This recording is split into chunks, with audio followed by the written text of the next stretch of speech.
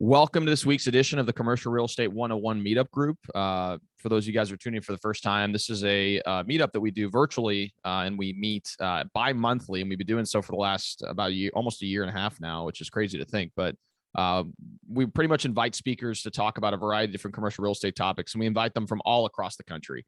And today we actually have Patrick Moroney, who is affiliated with Zone Properties.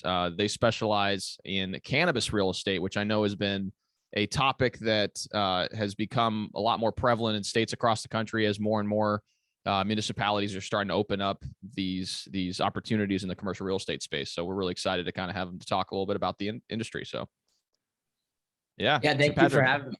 Thank you for having me. I appreciate it. Oh, for sure. Yeah, I know. And actually I had a chance to meet your CEO as well, Brian. He's a good guy. He was on the Commercial Real Estate Academy podcast, which is a podcast that we do regularly as well. And he's a great guy, and you guys are doing some really awesome work. So really excited to dive in to this topic itself. So what we usually like to do when we first have someone on the meetup is we like to learn a little bit more about them as an individual. So if you don't mind kind of sharing your backstory, I think that'd be awesome. Sure. So I'm based here in Phoenix, Arizona. The company Zone Properties is based here in Scottsdale. I grew up, born and raised here in Arizona. I had another career before getting into commercial real estate, but I did move back here to Arizona in 2017 and got into commercial real estate as mostly a broker. Worked for some of the bigger brokerage shops.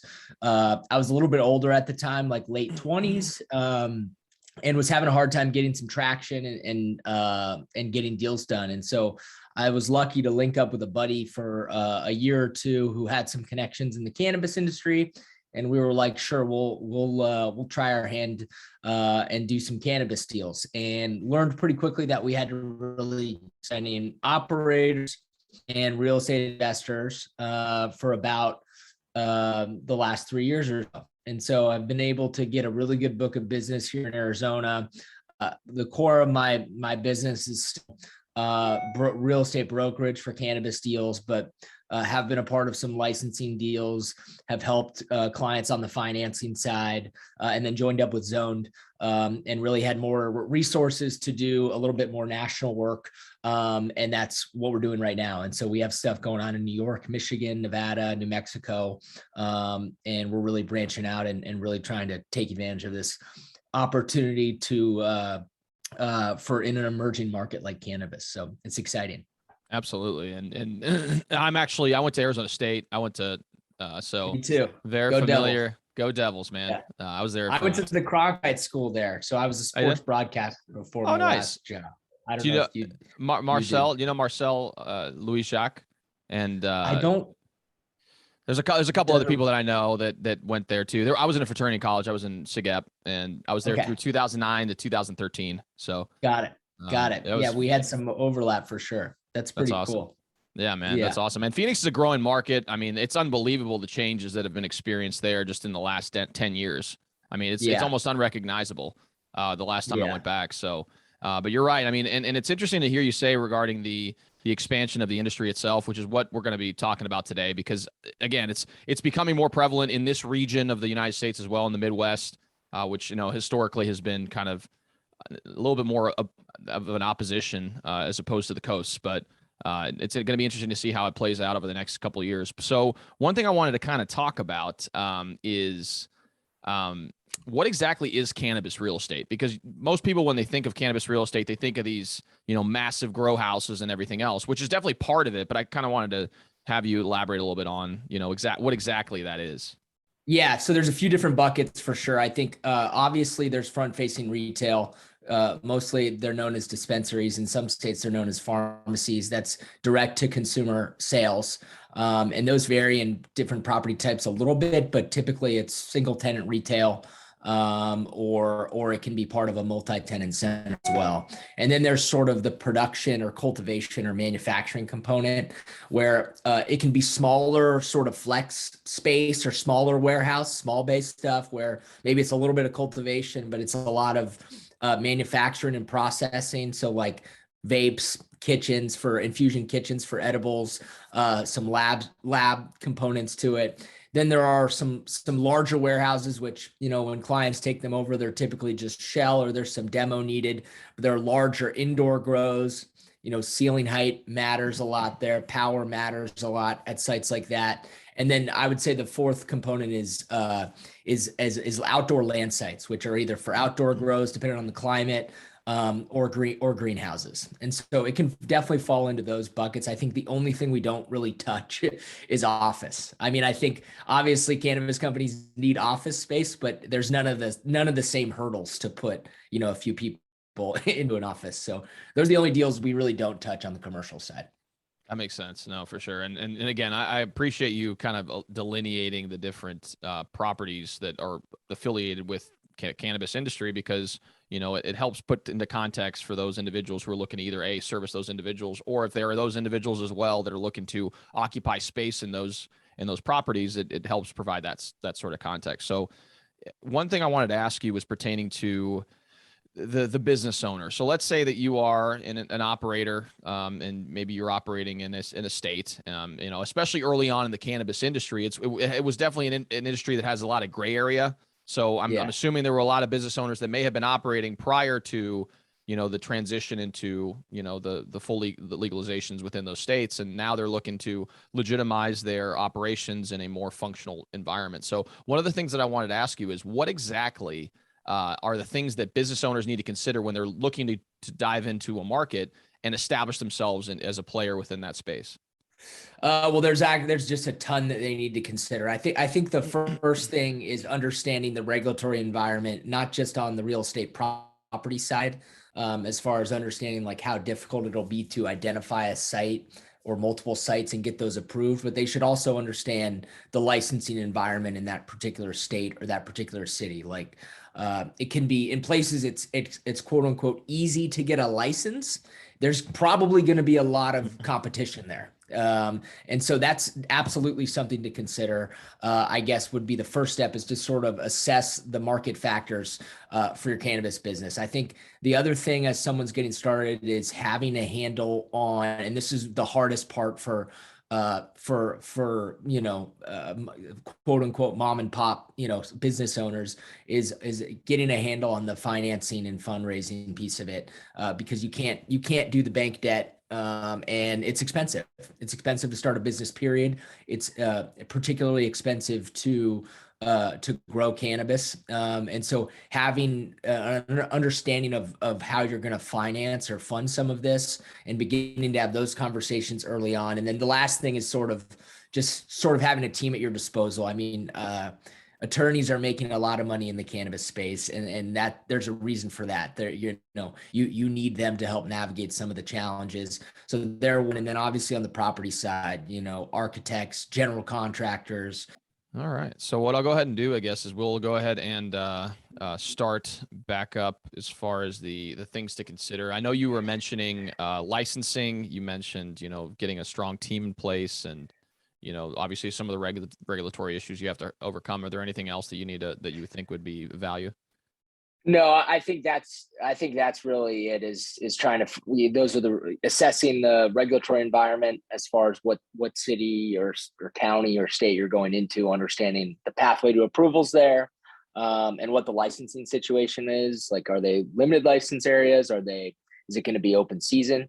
And so that's a big one. And then having a team together, attorneys, and then everyone on the property side, GCs, things like that. And then, obviously on the production, the cultivation side of things, in my experience, if it's your first sort of entry into cannabis, it's really important to bring some experts on, because it really is a science in that way. Definitely. No, for sure. And so I'm assuming there's, for a variety of different states, and the way you can seek licensing is going to be different. And that's obviously going to impact the your startup costs too. Because I imagine in these limited licensing states, it's probably not cheap to get some of these licenses, correct? Or yeah, like if, for example, and I don't know the environment in every single state, but in Arizona, it's a limited license state. They're all vertically integrated. They just did a social equity round, but there's still like about 170 licenses. So right now there's no other plans to do a licensing round. And so you'd have to enter through making an acquisition, and those are $15 to $30 million. So I mean, if you want to own a license, there's other ways, but I won't get bogged down into that. Whereas like New Jersey right now, it's, there are still costs involved. There's application fees, but you can still apply. I mean, you have to go through state rules, understand those, go through city rules, understand those. But it's right now they're accepting applications and you can get approved right now. And Mississippi's another state where their round is coming up and it's going to be open. So it really just depends. That makes sense for sure. And then as far as zoning is concerned, that's another thing that I'm sure comes into play as well. Like, is it, I guess municipalities are having to, reassess their zoning laws, I'd imagine, because now it's like, okay, these new uses are coming in. How can we structure the planning of the city in order to make sure that certain areas of town are where these uses can be located? So can you kind of elaborate a little bit on that? I think that'd be helpful. Sure, I'll keep it broad. I would say like in a mature market, like most of the states on the West Coast or a mature state, most of them have city zoning codes written, and I wouldn't say it's the easiest thing to understand. There's always nuances, but it's pretty much in their code and you follow their rules and you hope to get approved. When states roll over sort of like dominoes, or they open up a medical program or they open up an adult use program, the state usually will put out some rules, and then the cities or counties will have a period of time where they write a code, they opt in or they opt out. And you have to follow those. There can be some frustrations with the lag time between, or the lack of clarity in a certain city, right? And so that's happening right now in a number of different states. And so that's typically how it goes. And a lot of this is done with, it can be tricky if you have no contacts in a new state because you don't really understand the lay of the land, right? And so that's why finding a local expert, local attorney, local real estate expert can help you navigate some of those things. Definitely. No, for sure. That's some great advice. And then I wanted to kind of touch back on the financing piece, because it is so important as part of the process of, acquiring these types of commercial properties. And so you mentioned most conventional lending is not available to those interested in buying these types of properties. I'm assuming it's because, is it not FDIC insured, or what exactly is the reasoning? And then a second question is, what type of financing options are available in the marketplace for people to be able to, acquire these properties? Yeah, that's exactly right. So any FDIC insured bank can't lend on even a cannabis real estate property without because it's not federally legal. We've seen a lot more financing options come into the space. It has improved as far as the quality of debt you can get as far as interest rate goes from a few years ago, or at least from what I've seen. That's come down a little bit. It's still higher than market because an investor or a debt lender, a hard money lender, is going to want, they're going to want to be compensated for their risk. And so it really just depends on the profile of the operator and how strong they are going to be as business people as far as negotiating some of that. But there's a lot of hard money lending out there. There are debt lenders circulating. There are equity investors out there. There are ways to get money. If you have to be strategic about it. You can't be stubborn. Unfortunately, I've seen business owners in my experience that are a little too selective about taking money. And sometimes that pays off because you don't want to rush into a bad partnership. But at some point you're going to need to raise money to accomplish what you want to accomplish. And you sort of have to pick a lane and go for it. Definitely. No, that's some great advice. So that's on the business owner side, those interested in buying or acquiring those commercial properties. In a situation where you guys, because you guys are advisory service, and maybe if you could elaborate on the different advisory services that you guys offer, so that it gives us a better picture on how you guys best serve your clients. Yeah, and so we do. Barrick Blackwell, our COO, and Kyle Geary, our director of strategy, really do a great job on the advisory side. I pitch in a little bit on that, but a lot of what they're doing right now is helping clients apply for license. I shouldn't say apply for licenses. Find real estate in new states for the purpose of applying for licenses. So we don't write license applications, but we do site selection. We pour through the code. And we turn over approved sites that fit within the state guidelines. So in a couple of different states now, you've needed an executed contract like a PSA or something that shows leasehold interest basically is one component, and the second component is like a letter of approval from the town or city that says, hey, this use is approved at this site, right? And so someone will sign us up to go achieve those two things: find the property, negotiate a deal with the property owner. And there's a lot of different ways to structure that, right? Because it's contingent on the approval, and then the ultimate approval, I should say, and then work with the planning and zoning or the development services department, whoever it is, to try to get a letter of approval or whatever the state requires. And so that's a big bulk of our advisory services right now. They did a great job in Ohio doing that. They're doing it in New Jersey. We're looking at other states to do it in, and they have a handful of clients that they've done a great job on. Definitely. No, for sure. That's we also just, other than licensing, we do due diligence stuff for clients. We'll do zoning homework for them, basically, lack of a better word, but a deep dive on their, entitlement status. We'll do broker opinion of values, which can be tricky because the cannabis premiums aren't consistent, but we do a bunch of those sorts of things as well. Definitely. No, for sure. And you mentioned cannabis premiums. That's one thing I wanted to kind of touch on as well on the property owner side. So let's say that you are a property owner and you own a piece of real estate, whether that's a piece of land or, an industrial property, or maybe you're even a retail property that could be a good fit for a dispensary. Like, what are some of the things that you need to consider, or what are the steps you need to take in order to make sure that you are able to accomplish that goal? You mean if you're a property owner and you're saying, I might have a property that qualifies? Yeah, you might have a property that qualifies, and again, that's another thing that maybe is another interesting topic. Is it more typical for people to lease these buildings, or is it much more likely that people are going to want to buy it for their own use? So that question it really varies on the user, to be honest. A lot of groups they'll prefer to lease. I would say the ones that are just getting started typically prefer to lease. It's less cash up front, right? But there's a lot of groups that try to own their real estate. And they do that for a variety of different reasons. Some of them have real estate partners. Some of them need to have the right to buy their property if they're targeting an exit down the road. At least they say that. And so it really just depends. You really get a mixed bag on those things. But my experience is that every business sort of has a different strategy when it comes to real estate. I think the best businesses take the best real estate and work the deal that gets them in the property, right? If you're like, I only want to buy, or I need a lease. My favorite as a broker is I need a lease with an option, which landlord, especially in a market like Arizona that's on fire, like it's really hard to negotiate that, right? So let's see if we can play outside the box and see if we can get you in the property. So that's really a big piece of it. But I would say it's definitely a mixed bag. And a lot of what I do is find groups that I find maybe a property's for sale, a group doesn't want to buy it, especially on the cultivation side, where if you're looking at a $5 million building, for example, it's a warehouse and you have to plan for $250 a foot for improvements in your building. I mean, we're talking about $5 million for the building, $10 to $15 million or more for improvements, for power, cooling, building rooms, getting plants in the ground. That's a huge outlay of capital.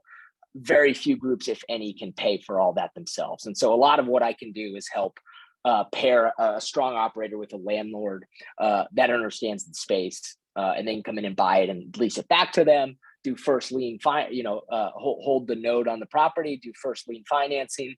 So there's a lot of different ways to slice it. The groups that stay flexible, both on the investor side, but also on the company side, are like that. In my opinion, in the real estate piece of the business, that's who gets ahead.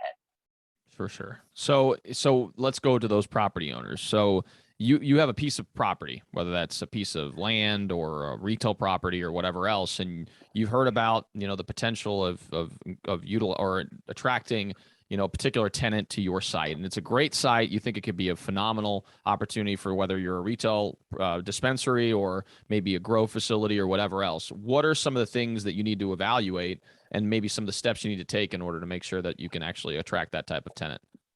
Yeah, I think the biggest thing is to, like I said earlier about market factors when you're looking at properties, it's to assess the value of, it's to assess what you have, basically. So in a limited license state like Arizona, where the entitlement, meaning the use permit, stays with the land, it doesn't stay with the operator, you are sitting on, I don't want to say a gold mine, but you're sitting on something really strong, and you can command a heavy premium for that.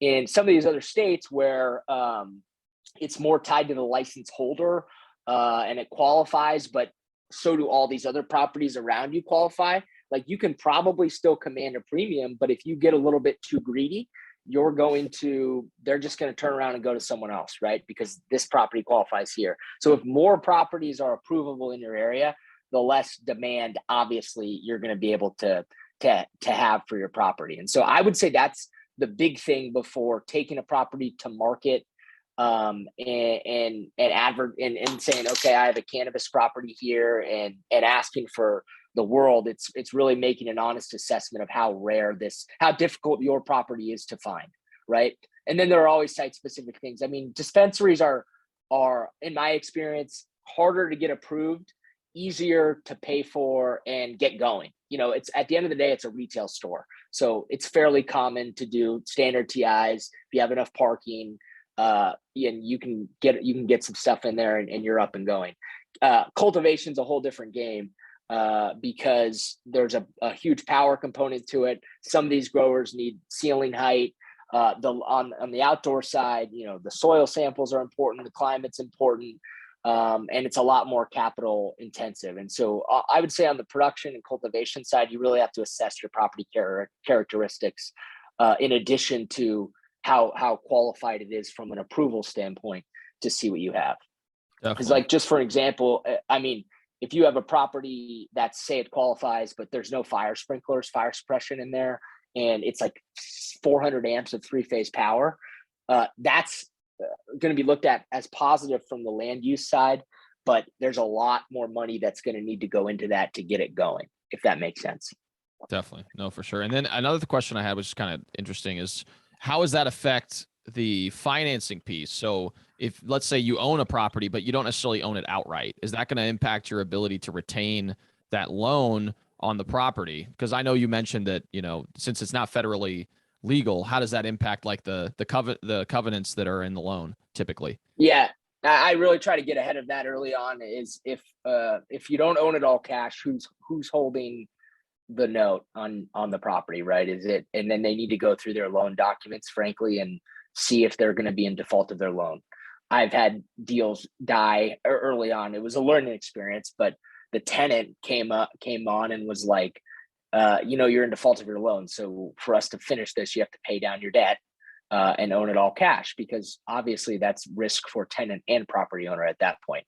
And so that's really the big thing. I mean, I've heard of situations where someone has a small amount of outstanding debt that the tenant, they work out a deal, right? They pay it off. They help them pay it off. They get a haircut on the rate because they love the property. But it's something you need to be aware of. I would not advise a cannabis company to sign a lease without understanding the financing situation behind the property. Definitely. No, that's some great advice. So, you mentioned, the cannabis industry as a whole has been expanding really rapidly just over the last 10 years or so. So where do you think the industry is going to go over the next, 5 to 10 years? And what are some of the things that people need to think about as they're, as the future unfolds? Yeah. So I think, I honestly think, I have some opinions. I think a cannabis company or an experienced operator is going to be able to answer that question better than me. But I'll just say, I think obviously more states are going to roll over and open up medical programs or flip to adult use. That's clearly happening. I think, federal legalization, we will see.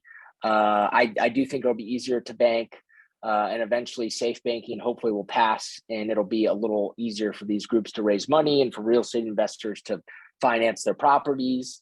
And I just think there's been a lot of consolidation, a lot of M&A. And so obviously, if you're just getting into the business, you need to have a plan for, I think, developing brands that are going to stand out. And my expertise kind of ends there. I have a lot of respect for entrepreneurs in the space because of how much they have to navigate. And so I don't want to overstep. I'll just leave it there. Yeah. Oh, for sure. And I think that's just a function of a maturing industry as you start seeing these consolidations of these large conglomerates, coming into markets and kind of absorbing those brands that are, and that have the biggest footprint in whatever market they're particularly in. So, I kind of agree with you in that front. So that's awesome, man. Yeah. All right. So I wanted to keep it relatively short because I know we're going to have a lot of questions. So I'm going to go ahead and open it up to Q&A. So if you guys are watching this on LinkedIn, feel free to type away in the chat box, or I should say in the screen. And then if you're on the Zoom call, feel free to type away in the chat box and we'll get your questions answered. So Brian, hey Brian, he said, he asked, how many viewers or listeners have looked into cannabis CRE deals and or participated in them? Maybe you guys can type away in the chat box and, say if you have or not. Next up is April. She says, I have a 136-acre parcel located in New Mexico available for sale. How do you best connect with investors in the situation? So if you are a property owner that you think it could be a good, deal or for a particular, investor who wants to capitalize on the cannabis industry, what advice would you give them? Yeah, I mean, there's really no right or wrong answer for that. It's doing everything you can to get the word out. There's going to be a lot of misses before you get a hit. I mean, obviously target any cannabis related fund or real estate company you could find. Generally they play within a pretty defined box. And so that could be a little difficult. I mean, another way to do it is to bring it to seasoned operators. And if they like it, they typically have real estate partners. My general advice on that is just to get the word out as much as possible, and start digging. I mean, it can be tricky when you don't know where to start. So I can definitely identify with that. But before doing that and before bringing it to the best people, I would make a real effort to assess some of the specifics of the properties to see how tailored it is for cultivation, if that makes sense. Yeah, because then you can present it in a favorable light to operators that are probably looking at deals every day. So if they, exactly. What's the difference between this deal versus that deal? Like, what is it? So yeah, that absolutely. Makes sense. So Samita, I hope I said that right. I don't want to mispronounce it. They ask, how do you assess risk on a cannabis facility from a lender's perspective? So in this case, I know it's not typically a conventional lender. I'm assuming what type of lenders are out there as far as that's concerned, and then how do they assess that risk typically? Yeah, a lender would be able to answer that question better than I can. I think in my experience, they are taking a higher yield because of that risk. So a lot of that risk is baked into it. I think as far as if it's a specific property or a license they're lending on, it becomes a function of the regulatory environment in that state, how limited, how difficult it is, or how rare the property is. And another way to put that is if I'm lending on a real estate property and this tenant goes dark and moves out, is there going to be a line of dispensaries ready to move in here? Or are there other circumstances that would say, oh, there's no one left to go here? That would be a big piece of it to me. Definitely. Great advice. All right. So Genevieve. Hey, Genevieve, she asks, this is a great question, by the way. Any barriers you can speak on regarding purchasing medical office space for physicians who are looking to provide cannabis recommendations, especially in a state where it might be new, that might be new to medical marijuana, like Kentucky? That I don't know. I have not done anything like that. That is a good question. I don't believe so. At least from my experience in Arizona, they have doctors in retail parks and medical office parks that do that sort of advertising. But I would imagine if it's not written in the code, then it can go anywhere. If the landlord, I would prep the landlord if I'm representing a client that, hey, this is what they do and this is what they're advertising before signing a deal. But I honestly don't have any experience helping those sorts of groups. Definitely. Yeah. And that's a great question. I would say that the best thing to do would be to talk to, an attorney probably, and just make sure that, because if you're prescribing it and maybe it's not on site, that may be different than having it on site as well. I'm sure there's a delineation there. So having a conversation with an attorney or another professional within the industry is probably going to be your best bet. Yeah. All right. So Agreed. Eric asks, is this a question? It looks like he's just making a statement, so I'll just read the statement. He said, Florida construction is definitely different, and many license holders find this out the expensive way. Florida is a seed to sale requirements with new round of 17 to 19 new licenses being released in 2023. So yeah, so it seems like he's mentioning how Florida operates as far as issuing licenses throughout the year. So they have a limited number of licenses they release a year, and I'm sure that's depends on the state you're in, which is why you need for sure. And I've heard Florida's a different beast for sure. I mean, I've looked at some deals there, but never done anything. But it's going to be a big market, certainly. Definitely. All right, let me see if I can.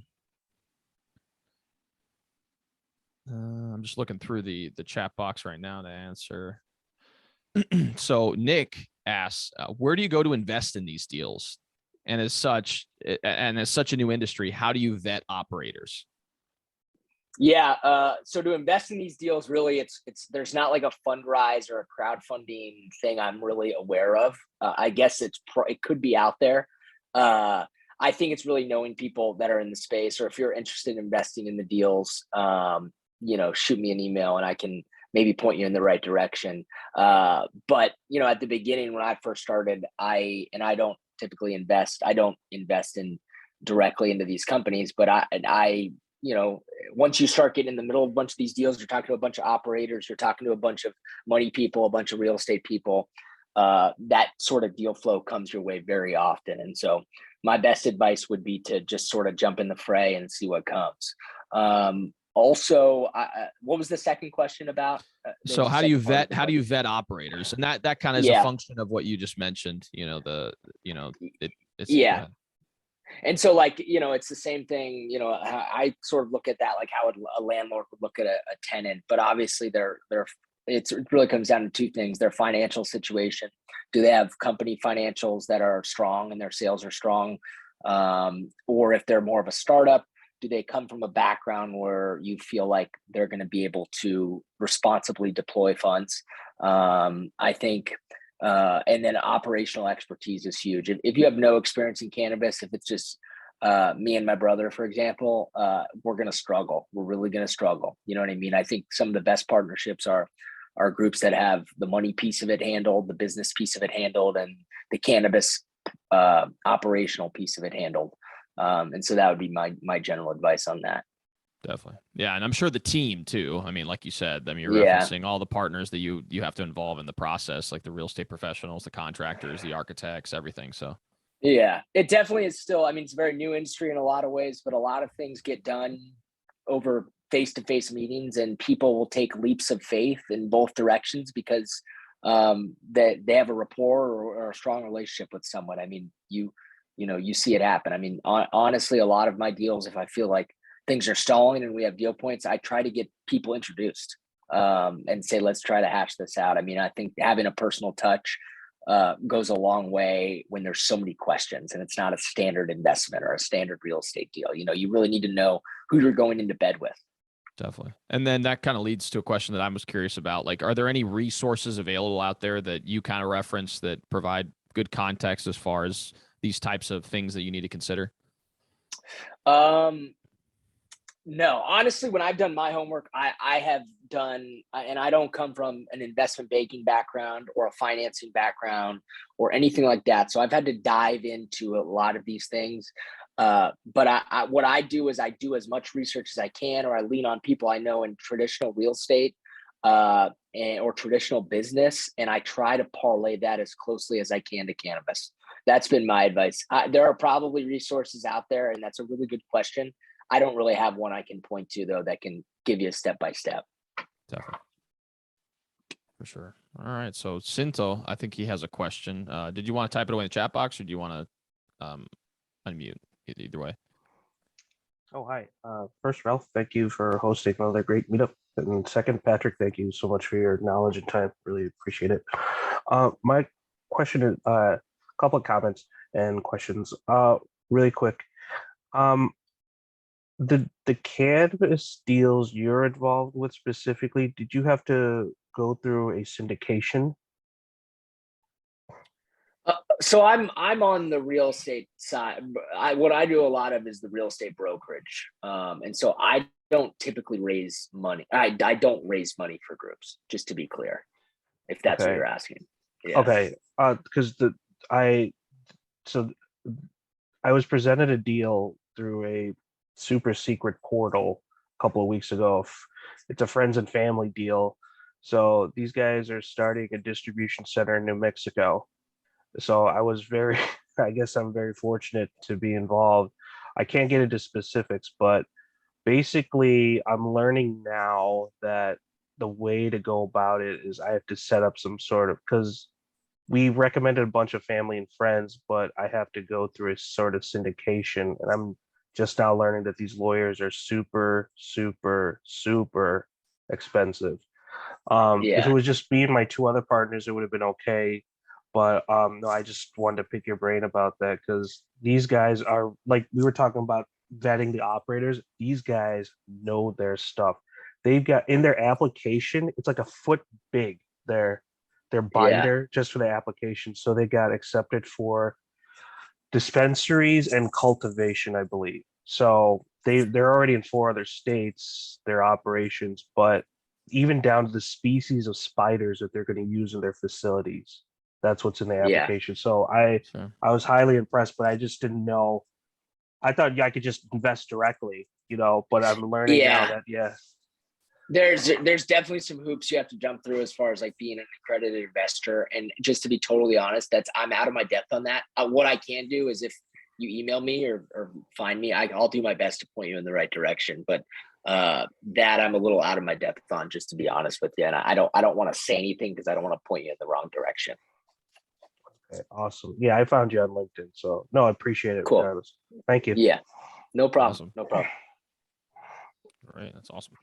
So I'm checking LinkedIn as well. So if you guys are watching this on LinkedIn, feel free to type away and I will get your guys' questions answered. I guess in the meantime, I think we have one. So Mike asks, what are your top landlord objections that you can get when repping a cannabis tenant to lease space in their center if it's medical? If medical is new to their state or municipality, and how do you overcome that immediate objection to keep the conversation going? Yeah, I could talk about this all day.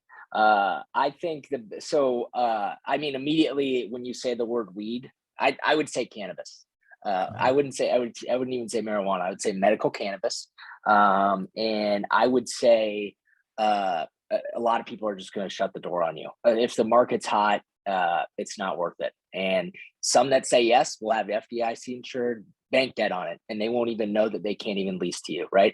So if you're able to get past that and you're looking at a qualified property, there's a few things off the top of my head, like lease structure. Almost all cannabis deals that I've seen are triple net lease.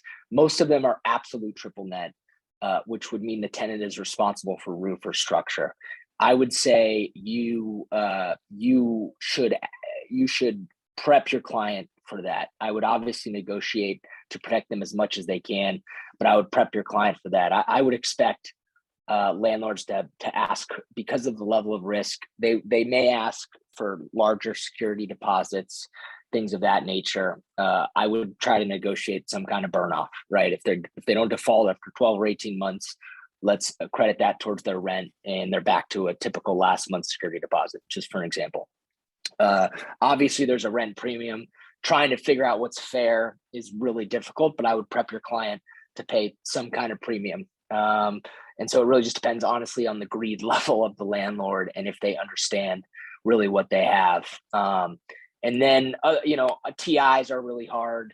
I would do everything on the cultivation side because it's so expensive. If your group needs some financing to get it done, I would really try to push for TIs if the owner is in a position to do it.